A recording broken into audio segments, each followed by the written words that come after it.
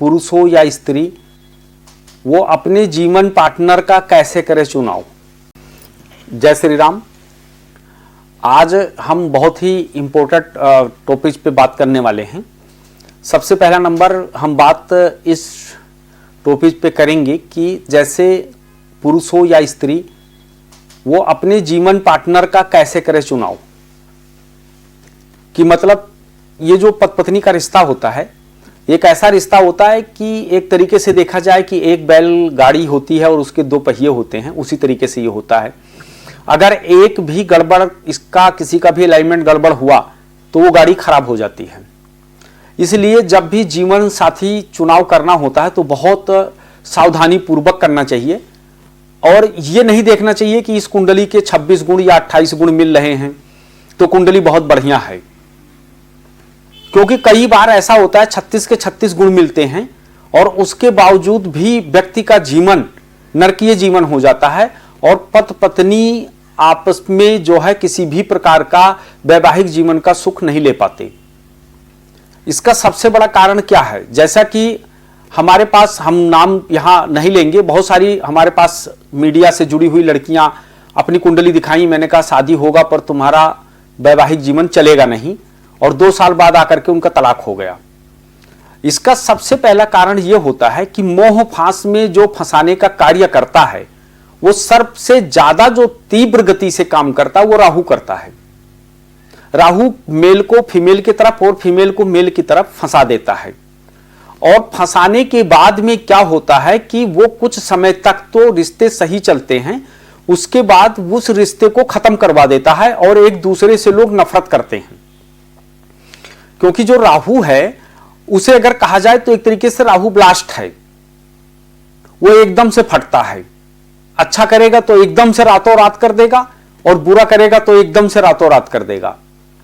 अगर राहु किसी के भी पंचम भाव में बैठा हो या पंचम भाव में देख रहा हो और अगर उस स्त्री या पुरुष ने अगर लव मैरिज किया तो सर्वप्रथम उनका लव मैरिज कभी जीवन में चल ही नहीं सकता कि कभी चलेगा। और अगर किसी लड़की की कुंडली में मंगल शुक्र की युक्ति हो और चतुर्थ भाव, लग्न भाव और अष्टम भाव में अगर राहु बैठा हो तो क्या होगा कि पूरे जीवन उस लड़की का कभी लव मैरिज नहीं हो सकता। लव होगा एक से नहीं कई से, लेकिन मैरिज किसी से नहीं होगा। अगर वो मैरिज करना चाहती है तो सर्वप्रथम वैवाहिक जीवन का आनंद अगर लेना चाहती है तो सर्वप्रथम उसको उस स्थान का त्याग करना होगा जिस स्थान पे उसका जन्म हुआ है, और उसको शादी करने के बाद ऐसे कल्चर में जाना होगा, ऐसे जगह पे जाना होगा जो विदेशी कल्चर हो, जहां का बोल भाषा खान पान सब चेंज हो। तब ऐसे लोगों के रिश्ते रुक सकते हैं, अन्यथा ऐसे लोगों के रिश्ते नहीं रुकेंगे। दूसरी चीज, किताबों में बहुत सारी चीजें लिखी हैं कि इनका योग तब लव का योग बनता है, लेकिन जो हमारे पास कुंडली आई, जिन कुंडलियों को हम देखते हैं, उसमें सबसे तीव्र गति से जो वैवाहिक मतलब प्रेम संबंध में फंसाता है वो सबसे ज्यादा फंसाता है चंद्रमा राहु, राहु शुक्र चंद्रमा और मंगल शुक्र। ये बहुत तेज फंसाते हैं, ये किसी भी भाव में बने हों। पहले तो ये होता था कि इन भाव में बन करके ऐसा करता है, लेकिन अभी प्रेजेंट क्या है कि जो अभी का जनरेशन है, जो अभी की चीजें हैं, वो जहां भी बैठता है वो चीज बना ही देता है। वो चीज बना देगा और बनाने के बाद शुरू में वो रिश्ते बहुत बढ़िया चलते हैं और बाद में वो रिश्ते टूट जाते हैं। शुरुआती दौर पे उनमें बहुत प्यार होता है, एक दूसरे की केयरिंग लविंग सब कुछ चलता है, लेकिन उसके बाद में खत्म हो जाता है। सर्वप्रथम क्या होगा कि जैसे दूसरे भाव पे अगर दूसरी चीजों पे हम विचार करें तो जैसा कि चंद्रमा हमारे मन का कारक है, चंद्रमा हमारा मन है और चंद्रमा हमारी मां भी है। अगर तुम्हारा चंद्रमा कहीं भी किसी प्रकार से पीड़ित है, वृश्चिक में बैठा है या चंद्रमा राहु के साथ या शनि के साथ बैठा है, तो यह बहुत प्रॉब्लम पैदा करता है उस लड़की के लिए जिसका चंद्रमा पीड़ित है। क्योंकि वो छोटी छोटी सी बात को लेकर के अपने मां से ट्यूशन लेती रहती है और अपने मां से ट्यूशन लेती रहेगी तो उसका रिश्ता बिगड़ जाता है। जबकि उसे खुद चाहिए कि वो अपने मन से डिसीजन ले, ना कि मां से। जैसे वृश्चिक राशि का चंद्रमा खराब चंद्रमा हो गया, बहुत दिक्कत पैदा करेगा। उसी तरीके से अगर चंद्रमा किसी के चतुर्थ भाव में बैठ जाए, लड़की के कुंडली में खासतौर पे चंद्रमा अगर चतुर्थ भाव में बैठा है या चतुर्थ भाव को वो देख रहा है, सर्वप्रथम ऐसी लड़कियां जो होती हैं वो हमेशा अपनी मां से ट्यूशन लेती रहेंगी। छोटी छोटी बात को, मां आज ये बना, आज वो ऐसा कह रहे थे, आज मेरी सास के साथ ऐसा हो गया, ननद के साथ ऐसा हो गया, दुनिया भर की कहानियां सुनाएंगी। और लास्ट में क्या होता है कि ऐसे रिश्ते जो है ना वो फिर टूट जाते हैं। क्योंकि कोई भी काम अगर हम करते हैं, सर्वप्रथम उसमें स्वस्थ मन की बहुत ज्यादा जरूरत होता है। अगर हमारा मन स्वस्थ नहीं है, अच्छा नहीं है, तो हम किसी भी चीज का आनंद नहीं ले सकते हैं और उसमें बहुत सारी समस्याएं, बहुत सारी दिक्कतें आ जाएंगी। दूसरा नंबर अब क्या होता है कि जब हम किसी भी कुंडली को देखें तो सर्वप्रथम उसमें यह देखना चाहिए मैत्रिक संबंध।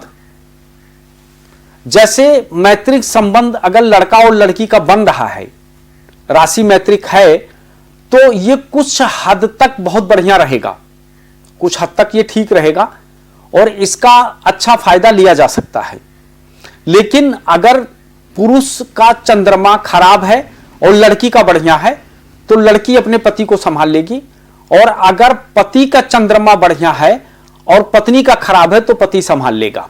लेकिन अगर दोनों का चंद्रमा ठीक नहीं है और मैत्रिक राशि नहीं मिल रहा है तो यह बहुत गड़बड़ है। यह जरूर देखना चाहिए कि मैत्रिक ग्रह मिल रहे हैं या नहीं।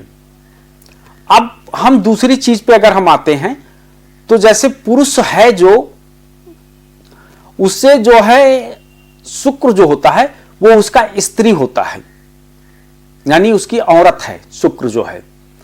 अगर शुक्र की युक्ति अच्छी नहीं है और शुक्र कहीं गड़बड़ जा रहा है तो उस व्यक्ति को पत्नी से संबंधित चीजों में दिक्कत आएगा। जैसे शुक्र अस्त है या शुक्र जो है पापी ग्रहों के साथ बैठा हुआ है, क्योंकि शुक्र जो है एक सौम्य ग्रह है। शुक्र, चंद्रमा, बुध और गुरु ये जो हैं एक तरीके से सौम्य ग्रह हैं। और पाप ग्रह जो होते हैं वो मंगल है, राहु है, सूर्य है, केतु है, ये जो है पाप ग्रहों, शनि है, ये पाप ग्रहों में आता है। तो जब भी इनसे चंद्रमा या शुक्र जब आता है तो शुक्र पीड़ित हो जाता है, और जब शुक्र पीड़ित होता है तो अक्सर उसको जो पत्नी मिलती है वो शादी के बाद रोगिणी हो जाती है, उसको भिन्न भिन्न प्रकार के रोग पैदा हो जाता है उसके अंदर। और जब उसके अंदर रोग पैदा हो जाता है तो क्या होता है कि दोनों जन की वैवाहिक जीवन खराब हो जाते हैं। तो इसलिए अगर लड़के की कुंडली में शुक्र बढ़िया है और लड़की की कुंडली में गुरु अच्छा है, अगर गुरु बढ़िया पोजीशन में बैठा है तो एक दूसरों के पूरक हो जाएंगे और एक दूसरे की केयरिंग करेंगे। लेकिन अगर पता चले कि लड़की का गुरु खराब है, सही जगह नहीं बैठा है, और लड़के का शुक्र ठीक नहीं है, तो इसमें क्या होगा कि उनको वैवाहिक जीवन में ढेरों समस्याओं का सामना करना पड़ेगा। इसलिए कुंडली मिलाते समय गुरु और शुक्र की युक्ति देखना बहुत जरूरी है। जिस तरीके से आप गण दोष मिलाते हैं, जिस तरीके से नाड़ी मिलाते हैं, जिस तरीके से भ्रुकुटी मिलाते हैं, जिस तरीके से यौन मिलाते हैं, उसी तरीके से इनका भी कुंडली में मिलाना बहुत जरूरी है। अब बात आती है कि राहु का। देखिए, राहु जो होता है वो एक ऐसा ग्रह है जो अट्रैक्शन पैदा करने का काम करता है। अब अगर कुंडली में राहु की युक्ति ठीक नहीं है तो एक दूसरे के प्रति अट्रैक्शन नहीं होगा। जैसे आपने कई बार देखा होगा, एक औरत बहुत सुंदर होती है, गोरी चमड़ी की, और उसे लोग देखना पसंद नहीं करते, उसके तरफ ज्यादा लोग आकर्षित नहीं होते, क्योंकि उसकी त्वचा ग्लोइंग नहीं है और वो आकर्षण नहीं है कि जिससे लोग देखकर प्रभावित हों। वो सिर्फ उबली हुई आलू की तरह है, जैसे आलू उबाल दो, ऊपर से छिलका हटा दो, उस तरीके का। और एक होती है कि मतलब वो बैगनी कलर की या ब्लैक कलर की होती है, लेकिन लोग उसे ज्यादा देखना पसंद करते हैं। क्योंकि उसके चेहरे का नए नक्श बनावट और जो उसके शरीर की ग्लोविंग त्वचा है वो राहु है। अट्रैक्शन का काम राहु करता है। अनावश्यक लोग उनसे कलर पे नहीं जाते हैं, लेकिन अट्रैक्शन में आ जाते हैं और उससे बहुत ज्यादा लोग जो हैं अटैचमेंट हो जाते हैं। इसी तक क्योंकि राहु जो है वो हमारे जीवन में एक विस्फोटक का कार्य करता है। वो चाहे बिजनेस हो, चाहे व्यापार हो, चाहे शादी हो, चाहे कुछ भी हो, एकदम से वो चीजों को तैयार कर देता है और एक बड़ा सा विस्फोट करके और आपस में लोग मिलजुल जाते हैं और प्रेम विवाह कर लेते हैं। कुछ ही समय के बाद क्या होता है, एक दूसरे से अट्रैक्शन खत्म हो जाता है और वो कहां चले जाते हैं, तलाक जैसी चीजों में आ जाते हैं। कई बार कुंडली में जो सबसे ज्यादा गलत योग होता है किसी भी लड़की की कुंडली में, वो बुध और चंद्रमा का एक साथ बैठना या बुध चंद्रमा एक दूसरे के ट्रायंगल में आना। जैसे बुध से सप्तम चंद्रमा आ गया, नवम आ गया, तो क्या होता है कि ऐसे चंद्रमा और बुध जो होते हैं ये बहुत ही खराब होते हैं, चंद्रमा बुध। क्योंकि चंद्रमा क्या है, चंद्रमा हमारा मन है और बुध जो है हमारी बुद्धि है। ऐसे लोग क्या करते हैं कि कभी भी पति पत्नी से जब झगड़ा होता है या कोई ऐसी बात आ जाती है तो वो एक दूसरे को फेस नहीं करते, बल्कि वो लड़की अपना सामान उठा करके अपने घर से भाग जाती है और अपने मैके चली जाती है। और अंतोगत्वा क्या होता है कि उसका बड़ा मनुहार करना पड़ता है, फिर वो दोबारा आती है और वो तुनक मिजाज हो जाती है। छोटी छोटी सी बातों में लेकर के जो है उसको मनाना पड़ता है और वो हमेशा इस चीज की अपेक्षा रखती है कि मेरा पति मेरा केयरिंग करे। कैसे, मां की तरह या बाप की तरह, हर चीज का खाना बना के दे, बर्तन भी धोए, कपड़े भी प्रेस करवा दे, उनका सारा काम करे। तो ऐसे में क्या होता है कि वो रिश्ते टूट जाते हैं। इसलिए गुरु और चंद्र मतलब बुध और चंद्रमा का एक साथ होना बहुत अच्छा नहीं माना जाता है। वैसे और कार्यों के लिए होता है, क्योंकि एक मन का कारक है, एक बुद्धि का कारक है। अगर इसमें अंश की कमी आ जाती है, जैसे सपोज करो चंद्रमा 5 अंशों का है और बुध 12 अंशों का है, तो ऐसा व्यक्ति जो सोचेगा वो करेगा नहीं और जो करेगा वो सोचेगा नहीं, करने के बाद सोचेगा।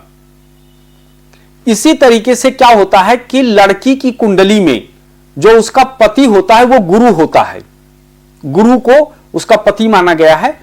और जब भी गुरु की स्तुति की जाती है तो उसको कहा जाता है कि गुरुर ब्रह्मा गुरुर विष्णु गुरुर्देवो महेश्वरा गुरुर साक्षात परब्रह्म तस्मै श्री गुरुवे नमः। तो गुरु को ब्रह्मा विष्णु और महेश की उपाधि मिली है, बल्कि ये उनके तरीके से हैं। इसलिए कभी भी आप ये देखना कि लड़की की कुंडली में जो पति होता है वो गुरु होता है। इसीलिए लड़की को यह कहा जाता है कि तुम्हारा पति ही तुम्हारा परमेश्वर है। और उसकी कुंडली में अगर गुरु खराब होगा या गुरु की युक्ति ठीक नहीं होगी तो ऐसी लड़की जो होती है कभी भी पति का आदर नहीं करेगी। वैसे भी जैसा आजकल आप लोग देख रहे हो कि जैसे मैं अपने जमाने की बात करूं अपनी उसकी, तो आज भी मेरी पत्नी मेरा नाम लेकर कभी नहीं पुकारती है। हमारे यहां पत्नी कभी पति का नाम किसी भी परिस्थिति में नहीं लेगी। अगर कोई जरूरी काम होता है तो किसी पर्चे पर लिख कर दे सकती है, पति का नाम लिख के देगी। लेकिन आज क्या है कि अगर सीमा और रमेश ने शादी किया है तो सीमा सबसे पहले बोलेगी मेरे पति का नाम रमेश है। बहुत सारी चीजें होती थी, यह होता था गुरु, क्योंकि गुरु का मतलब मर्यादा। गुरु वह शब्द है जो हमारी रूह को अंधकार से प्रकाश की तरफ ले जाए। तो पत्नी हमारे जीवन में आकर के क्या करती है, एक ऐसा प्रेम की जोत जलाती है, ऐसा प्रेम की जोत जलाती है। उसको क्यों सर्व मतलब जो है बलि कहा गया, सबसे ज्यादा उसको वो कहा गया, क्योंकि जब वो केयरिंग करती है तो मां की तरह, और जब लविंग करती है तो उसकी बात मैं नहीं कह सकता कैसे करती है, और जब वो बहन का रोल अदा करती है तो कितना जबरदस्त करती है, क्योंकि एक स्त्री और उसके कई रोल होते हैं। हमारे ही जीवन में हमारी पत्नी कई रोल अदा करती है। जब वो खिलाने बैठेगी तो मां की तरह खिलाएगी, जब हम कहीं जाने लगेंगे, जब तैयार करेगी तो जैसे लगेगा बहन की तरह से, ये पहन के जाना, ये करके जाना, ये परफ्यूम लगा के जाना, ऐसे जाना, कितना केयरिंग करती है। और जब बाद उसके पति की सम्मान किया जाती है तो वो भाई की तरह सबसे आगे खड़ी हो जाती है। इसलिए पत्नी के बारे में क्या कहा जा सकता है, वो साक्षात नारायणी है और हमेशा उनकी कदर करना चाहिए।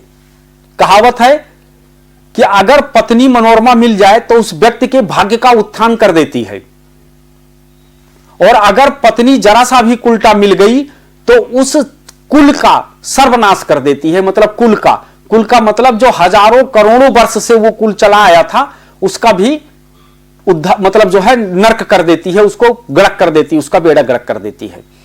इसलिए विवाह करने से पहले कई सारी पहलुओं पर विचार करना चाहिए। अब कुछ लोग ऐसा भी कहते हैं कि ये रिश्ते जो होते हैं ये ब्रह्मा जी ने बनाकर भेजा है और जो तुम्हारे डेस्टिनी में लिखा है वो होके रहेगा। और एक तरफ भगवान श्री कृष्ण गीता में कहते हैं कि आप कर्म करोगे तो आपका बड़ा से बड़ा विपदा भी तर जाएगा। जैसे कहते हे अर्जुन, तुम उठो और युद्ध करो, युद्ध तुम्हारा कर्म है क्योंकि तुम क्षत्रिय हो, और अगर तुम कर्म नहीं करोगे तो आने वाले युग में तुम्हें लोग शिखंडी कहेंगे। इसलिए अर्जुन उठो, कर्म करो। ये जितने तुम्हारे सामने खड़े हैं ये पहले से ही मर चुके हैं। क्यों? क्योंकि उस दिन ये मर गए थे जिस दिन एक स्त्री के ऊपर बलात्कार हो रहा था, अत्याचार हो रहा था, और ये महायोद्धा मतलब इतने वो हो गए थे, इतने मतलब अपने को जीर्ण छीण समझ रहे थे, बलहीन समझ रहे थे, इनका मंगल खत्म हो गया था कि ये उठ करके और ये कह सकते कि इस सभा में स्त्री का अपमान जिस सभा में हो रहा है उस सभा में हम नहीं रहेंगे। और एक स्त्री का अपमान महाभारत जैसे ग्रंथ की रचना कर दी। एक स्त्री का अपमान रामचरित रामायण जैसे ग्रंथों की रचना कर दी। तो एक स्त्री क्या है इनको समझना होगा, क्योंकि जीवन में तुम स्वर्ण परखो एक बार, तुम किसी को भी परख सकते हो, लेकिन स्त्री छड़े रुष्टा छड़े तुष्टा, रुष्टा टुष्टा छड़े छड़े, इनकी बुद्धि क्षण क्षण पे बदलती रहती है। इसलिए बुद्धि का कारक जो ग्रह होता है बुध होता है। बुध स्ट्रॉन्ग होना चाहिए। आपको ऐसे ऐसे स्त्री हैं जिनका नाम भारत के इतिहास में अमर लिखा गया है और उनको उदाहरण दिया जाता है कि इन्होंने यमराज से अपने पति का प्राण ले आई, ये युद्ध करते हुए अपनी आन शान के लिए जान दे दिया, इन्होंने अपने अस्तित्व को बचाने के लिए इतनी स्त्रियों ने अग्निकुंड में कूद गईं। ये सब क्या थी? सब साक्षात देवी थी। इनका बृहस्पति इतना बलवान था, इतना बलवान था इनका बृहस्पति कि इनको अपने पति के सिवा दूसरा कोई दिखता ही नहीं था। इसलिए जब भी कुंडली मिले तो उसमें गुरु की युक्ति बहुत जरूरी होती है, क्योंकि अगर गुरु की युक्ति ठीक नहीं है तो बहुत टेंशन पैदा करेगा, बहुत दिक्कत पैदा करेगा। इसलिए गुरु को देखना बहुत जरूरी होता है। जिस स्त्री के कुंडली में सप्तम भाव में गुरु बृहस्पति बैठा हो या सप्तम भाव को देख रहा हो, ऐसी स्त्रियां गौ और ब्राह्मण को मानने वाली होती हैं। जिनके चतुर्थ भाव में जिस पुरुष की कुंडली में गुरु बैठा हो और गुरु सप्तम भाव का स्वामी हो, हमेशा उसे स्त्री से परम सुख मिलता है। वो उस व्यक्ति की माता की तरह केयरिंग करती हैं, क्योंकि चतुर्थ भाव मां का है, और हमेशा वो मन की बातें करती हैं, वो बनावटी बातें नहीं करती हैं, उनका हृदय शुद्ध होता है। जब एक कुंडली किसी बच्चे का जन्म होता है तो हम उसमें क्या देखते हैं? उसमें सर्वप्रथम हम जो देखते हैं वो ये देखते हैं कि ये बच्चा जो पैदा हुआ है ये क्या अपने घर के लिए ब्लेसिंग है। तो अद्भुत है। तो जब हम उसमें देखते हैं कुंडली में कहीं सूर्य गुरु की युक्ति एक साथ हो जाए या सूर्य गुरु एक दूसरे के ट्रायंगल में आ जाएं, तो ऐसे में क्या होता है, ऐसे में वो बच्चा जो होता है वो बहुत अच्छा होता है, लेकिन उसके ऊपर राहु की दृष्टि नहीं पड़नी चाहिए। अगर राहु की दृष्टि पड़ेगा तो वो बच्चा जग में हंसाई करता है, अपने मां बाप के नाम को मिट्टी में मिला देता है। किसी भी स्त्री की कुंडली में सूर्य गुरु की युक्ति हो, बढ़िया से उसको सूर्य को शनि ना नुकसान पहुंचा रहा हो, क्योंकि सूर्य क्या है, पिता है, और शनि क्या है, पुत्र है। हमेशा जो सूर्य को डैमेज करता है वो उसका पुत्र करता है, बड़ी संतान भी, पुत्र हो या पुत्री हो, लेकिन बड़ी संतान हमेशा पिता के अस्तित्व को डैमेज कर देता है। अब शुक्र गुरु का योग बना था, ब्लेसिंग था, सब कुछ बढ़िया था, लेकिन शनि की युक्ति ने उसको खराब कर दिया। ऐसे लोग क्या होते हैं कि साइको हो जाते हैं, और वो ये नहीं सोचते हैं कि मेरे माता का, मेरे पिता का कोई सम्मान है, मेरे पूर्वजों का, मेरे कुल का कोई सम्मान है। वो सारे सम्मान को ताक पे रख देते हैं और उनको खत्म कर देते हैं, डैमेज कर देते हैं। इसलिए सूर्य गुरु जब भी एक साथ बैठे या एक ट्रायंगल में किसी के आ जाएं, तो उनको एकदम से शुद्ध होना बहुत जरूरी होता है, क्योंकि सूर्य क्या है, सूर्य हृदय होता है, और गुरु क्या होता है, ज्ञान होता है। तो यह बहुत अच्छी युक्ति है, लेकिन अगर शनि की युक्ति उसमें आ गई और गुरु राहु की युक्ति आ गई, तो ये इस जो योग है इसको खराब कर देता है। इसलिए कभी भी विवाह करने से पहले आप उसको परखें। अब कई लोगों के मन में ऐसा सवाल पैदा होता है कि ये सब कुछ करने के बावजूद भी गड़बड़ हो जाए तो व्यक्ति क्या करे। ये सब कुछ हो जाने के बाद में अगर व्यक्ति ऐसा करता तो क्या हो जाए। भाई आप लोग जानते थे कि पहले व्यक्ति 22 साल तक ब्रह्मचर्य नियम का पालन करते थे, गुरुकुल में जाके पढ़ते थे, मनोरमा पत्नी के प्राप्ति हेतु वो दुर्गा सरस्वती का पाठ करते थे। जिस तरीके से पार्वती जी ने शिव जी को प्राप्त करने के लिए तपस्या किया था, उसी तरीके से शिव जी भी पार्वती को पाने के लिए ध्यानस्थ हो गए थे, क्योंकि शिव जी साक्षात मतलब एक तरीके से देखा जाए तो केतु हैं, क्योंकि केतु सांसारिक चीजों से विरक्त है, उसी तरीके से महादेव भी विरक्त हैं और हमेशा ध्यान अवस्था में रहते हैं, हमेशा ब्रह्म में विचरण करते रहते हैं। इसी तरीके से अगर तुम्हें मनोरमा पत्नी की प्राप्ति है, करना है, तो तुमको उस तरीके से भगवान की आराधना भी करना होगा, देवी दुर्गा की आराधना करना होगा, तब तुमको मनोरमा पत्नी की प्राप्ति होगी। जिस तरीके से किसी लड़की की कुंडली में जब सुयोग वर नहीं मिलता है या शादी विलंब हो जाता है, तो विद्वान लोग कहते हैं कि आप एक काम करो, बृहस्पतिवार का व्रत करो, हल्दी डाल करके पानी में नहाओ और केले के पेड़ में चना और गुड़ डालो, गाय को गुड़ और चना खिलाओ और एक पोखरा धारण करो, आपको अच्छा पति मिलेगा। और वो लड़की वो काम पूरा करती है। इसी तरीके से अगर लड़कों को भी चाहिए कि अगर उनको मनोरमा पत्नी की प्राप्त करना है, वो पत्नी जो कि उसका केयरिंग करे, जैसा मैंने बताया, मां के जगह पे मां बन जाए, बहन की जगह पे बहन, भाई के जगह पर भाई और पत्नी के जगह पर पत्नी। ऐसी पत्नी को प्राप्त करने के लिए मां दुर्गा की आराधना करना चाहिए, क्योंकि दो चीजें व्यक्ति के जीवन में बहुत अहम है। इससे ज्यादा इंपोर्टेंट कोई चीज नहीं है। वेल्थ तो मिल जाएगा व्यक्ति को, वेल्थ तो कोई बड़ी बात नहीं है। आदमी को सबसे पहला नंबर होता है प्रथम सुख, जब कंचन काया, कंचन काया का मतलब स्वस्थ शरीर हो, और दूसरा सुख कहा गया है घर में माया। तीसरा सुख कहा गया है कि मनोरमा आज्ञाकारी पत्नी और पुत्र। अगर ये आपको मिल जाएं तो आप विश्व विजयी बन जाएंगे। आप जितने बड़े बड़े राक्षसों को देखते थे, चाहे वो रावण रहा हो, चाहे वो सम्राट जलंधर रहे हो, चाहे वो कोई भी किसी को ले लो, कंस रहे हो, इनकी पत्नियां दुराचारी नहीं थीं, पापाचारी नहीं थी। इनकी पत्नियां जो हैं वो हरिभक्त थीं, मतलब सती में आती थी ये। और इन लोगों ने बहुत अखंड तपस्या किया और हमेशा अपने पति को गलत कामों के लिए उन्होंने समझाती रही, कभी गलत काम के लिए उनको प्रेरित नहीं किया। तब उन्होंने विश्व विजयी बने और बहुत बड़ा नाम कमाया, क्योंकि अगर तुम्हारी पत्नी ने अपने अस्तित्व को भंग कर दिया तो सम्राट जालंधर की तरह तुम्हारी कांति चली गई।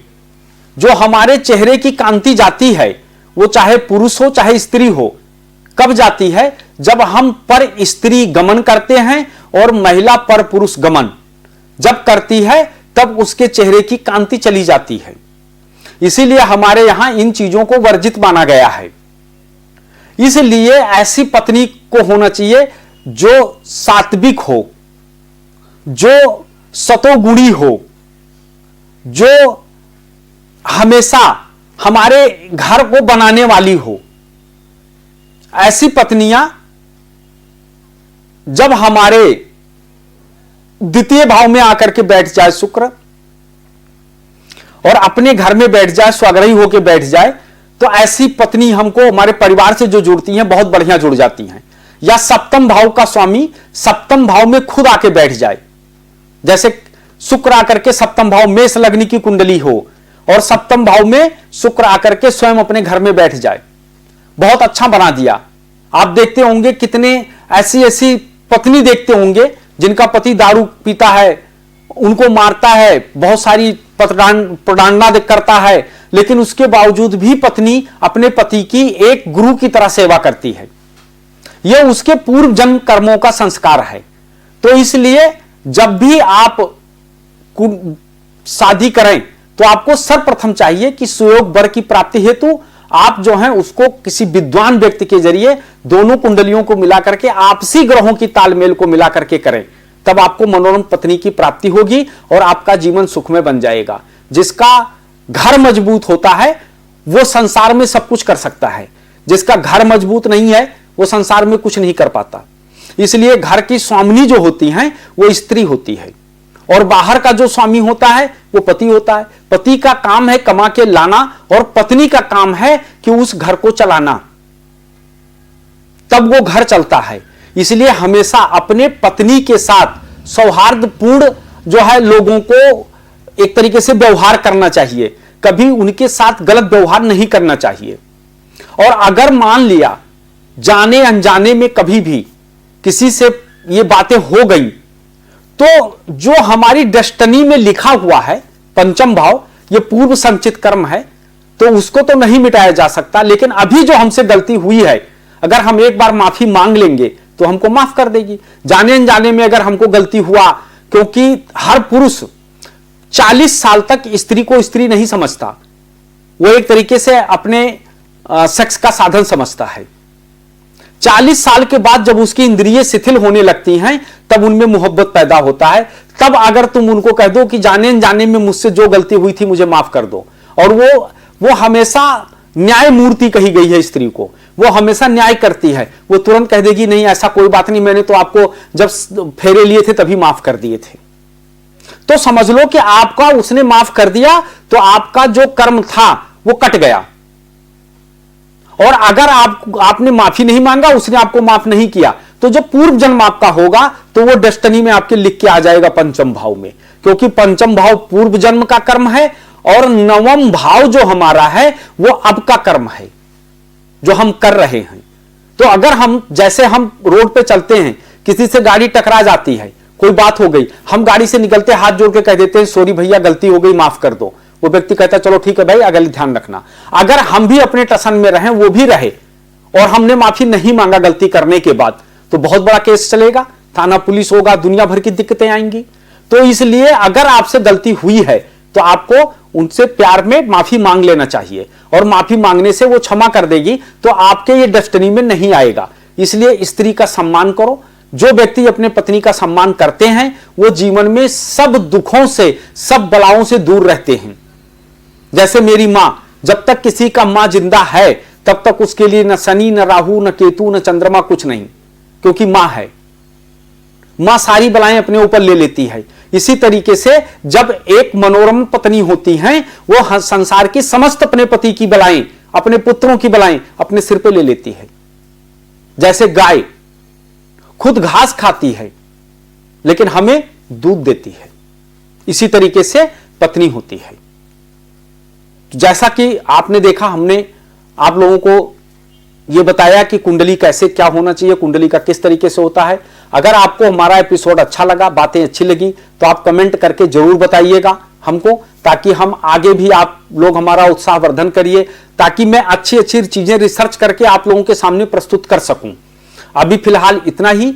जय श्री राम, हर हर महादेव, जय मां विंध्यवासिनी।